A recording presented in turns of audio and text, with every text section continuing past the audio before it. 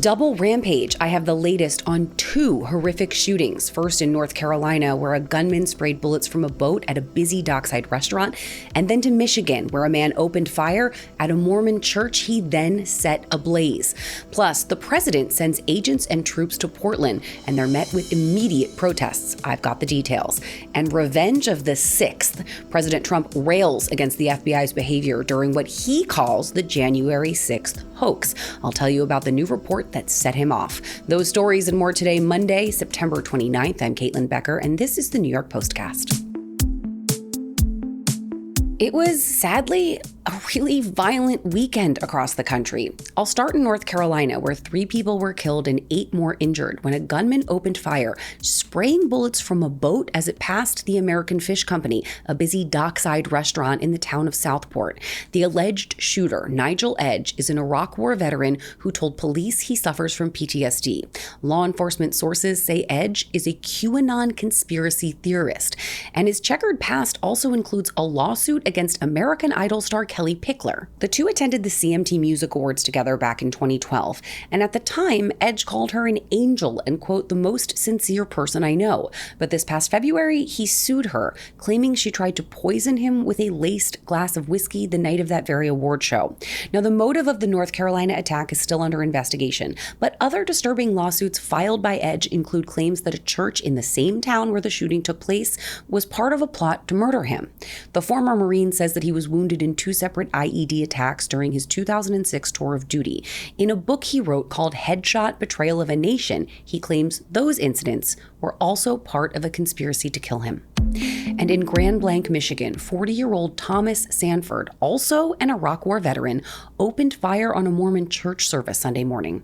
According to authorities, he then torched the building with hundreds of worshipers inside. As of Sunday night, at least 4 were dead and 8 others were wounded.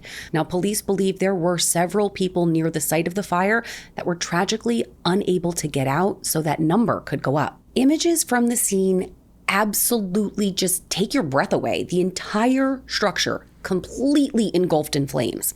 Now, Sanford rammed his truck adorned with 2 large American flags into the front doors of the church around 10:30 in the morning. And when churchgoers came out to help him, he opened fire with an assault rifle. Then he set the building ablaze, possibly with an IED. Now, the shooter was killed exchanging fire with police. Social media accounts believed to be connected to Sanford show him with a wife and young son. Next, to war-ravaged Portland, Oregon. That's the term the president used to describe the city where protesters clashed with federal agents this weekend.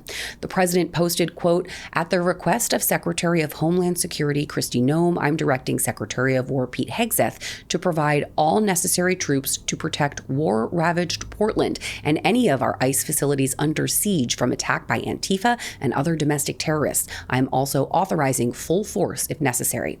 Local news in the city captured an ICE officer shoving a protester to the ground, and at least 1 demonstrator was detained as agents confronted crowds outside of an ICE facility.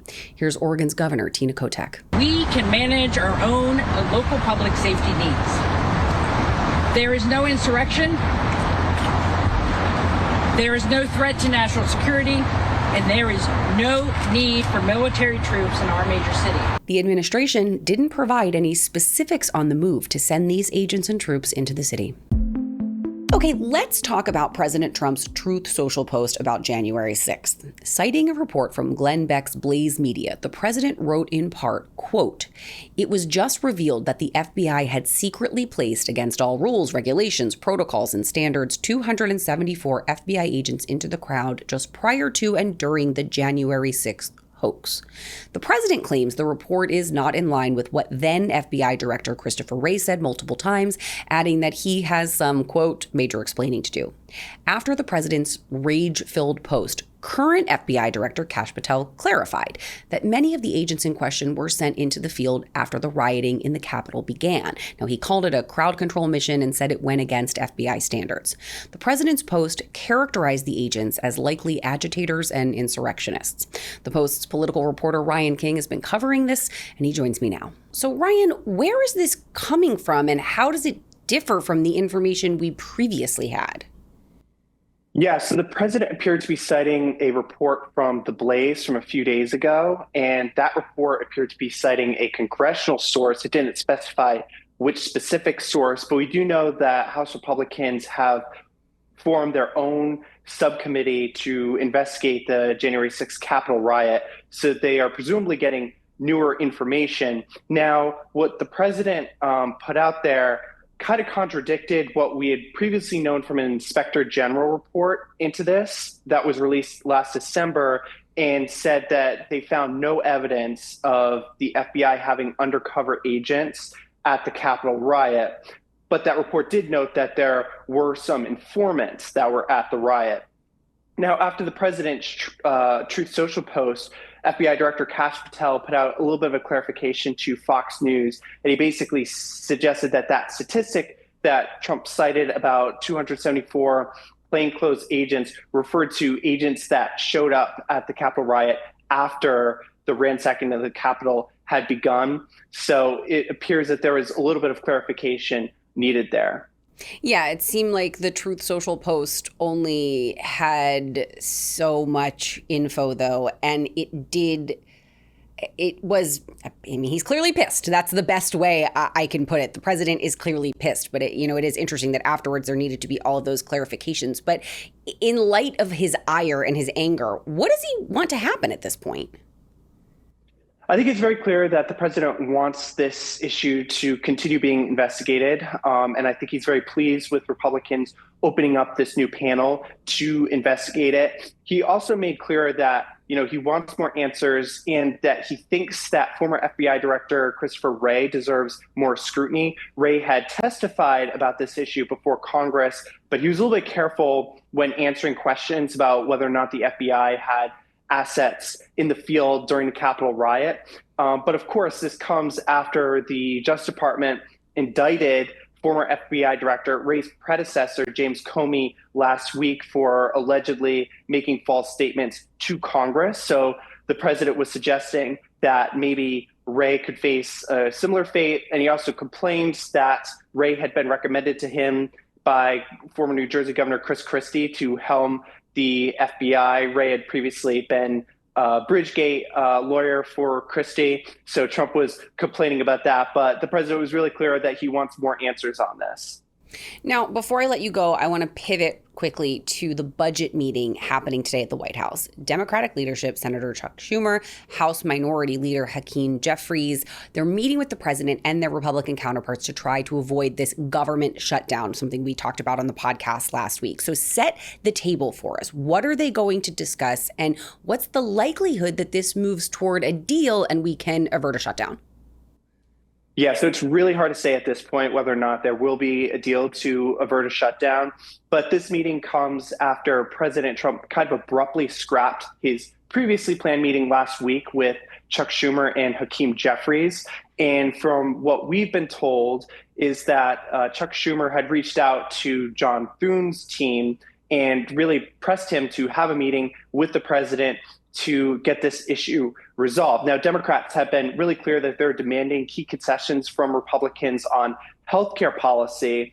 If I had to speculate, I think that there is a bit of an off-ramp here for Democrats because their demands are a rollback in the Republican reforms to Medicaid and some sort of extension to the Enhanced Affordable Care Act subsidies. But Republicans have previously said that they intend to look at that issue later this year, closer to the time when those subsidies would expire. So there could be a situation where Democrats could hypothetically agree to doing a clean continuing resolution to avert a shutdown, but then basically say that Republicans have agreed to take up a vote on extending the Obamacare subsidies. So there's potentially an off-ramp here, but we'll have to see. It depends on how dug in Democrats are here. I have to say, talking to GOP operatives, it seems pretty clear that they think that they very much have the upper hand going into this shutdown fight.